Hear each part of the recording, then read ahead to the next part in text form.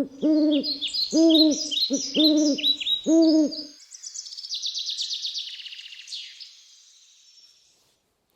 welcome to Wee Kids again.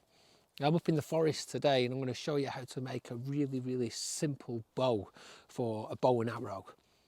You may have been over on the storytelling section and seen the story of the 6 sons. If you haven't, go over there and check it out, because that story links in really nicely with this activity.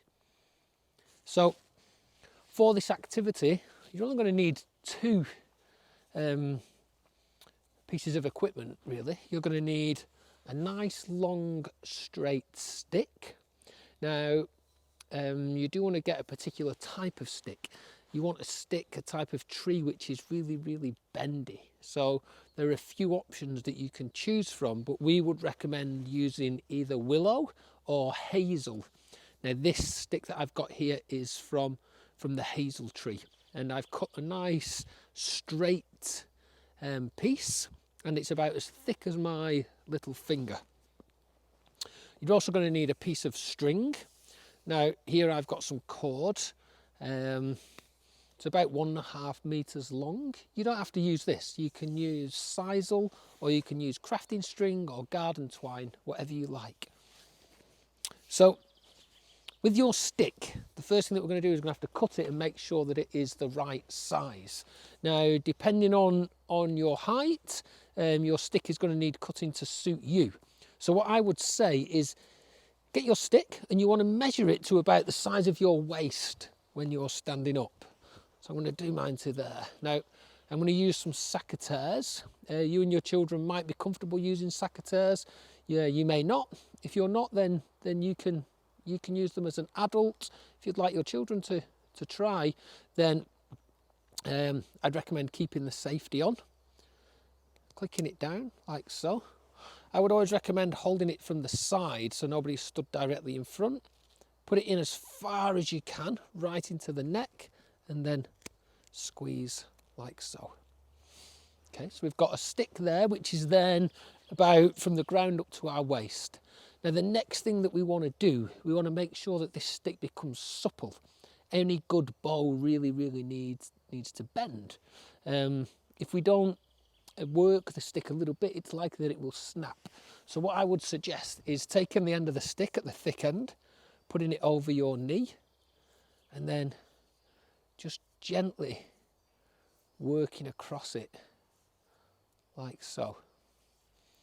Backwards and forwards, up and down. As you do that, you'll begin to feel it becoming more and more supple. It's going to get a nice bend on it like so. Now, like I said, every good bow needs to bend, but at this point your bow is not going to hold a bend in it. It's going to remain straight, and we're going to attach the string to the bow to give it its bend and for it to hold its power.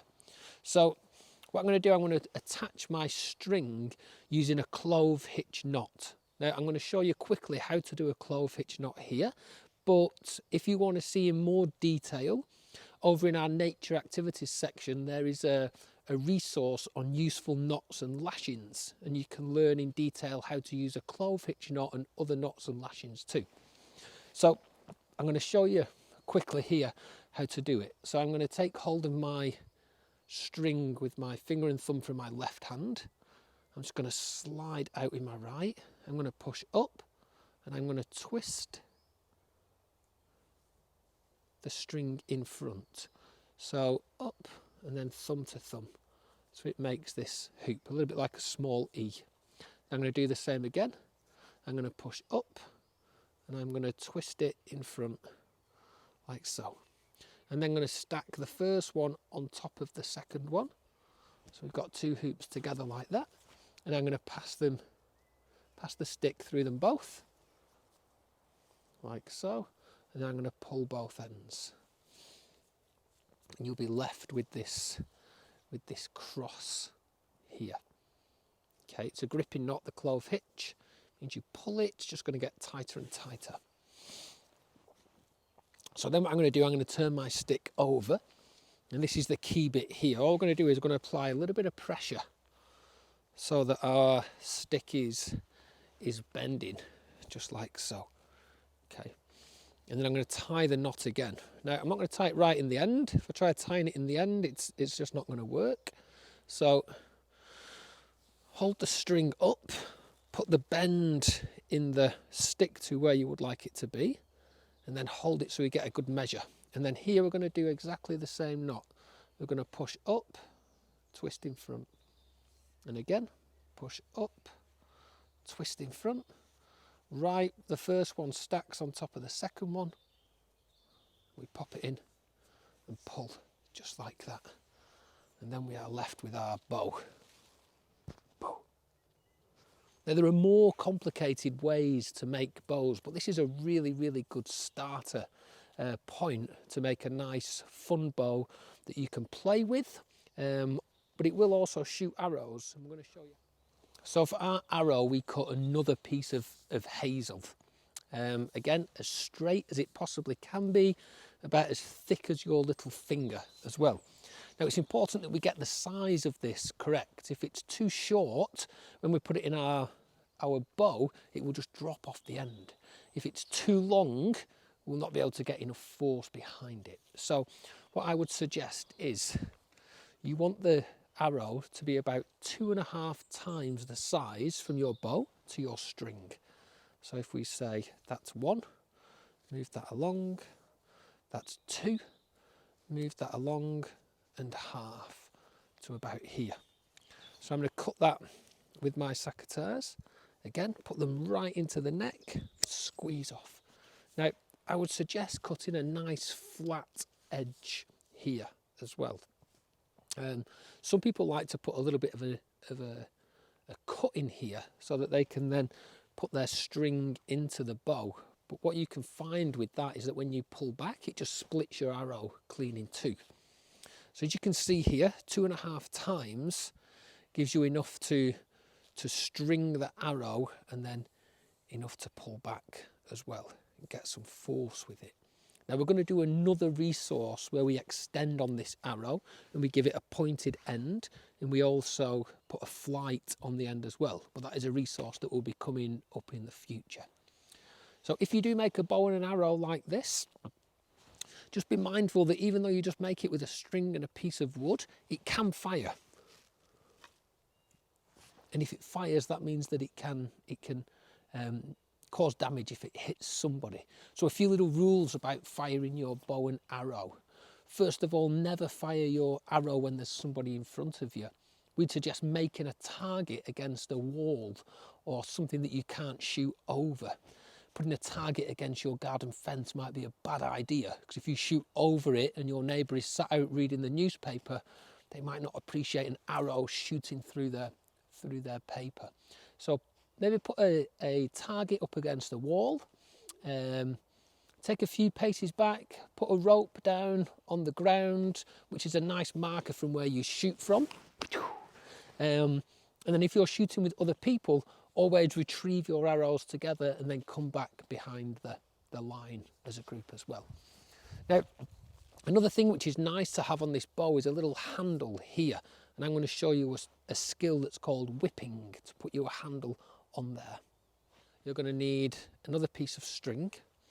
Now here I have taken my string and I have folded it in half and created a hoop on one end, just like this.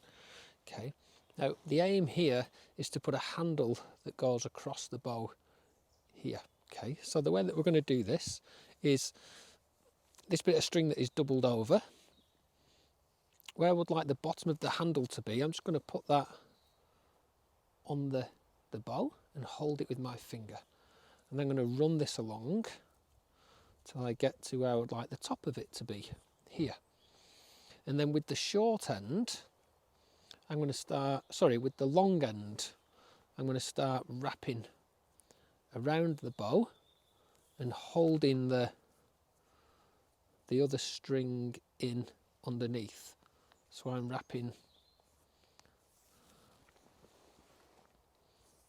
like so. Just hold it up here so you can see. So I'm coming around like that. So around the bow and around the string and around the bow.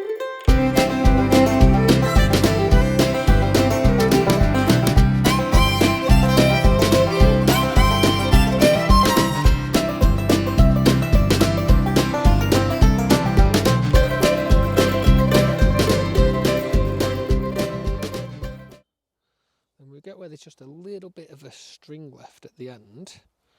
I'm going to pass it through this hoop like so. So I've just passed it through the hoop. And then the other end here, I'm going to pull. And when I pull it, that hoop tightens around the string that I was wrapping and binds it all together. Then we can just slide that down to the bit where we want it to hold, just like so. And then with the knife or scissors or secateurs, we can just snip those bits off. So there we have it, a really simple play bow and arrow with a whipping handle.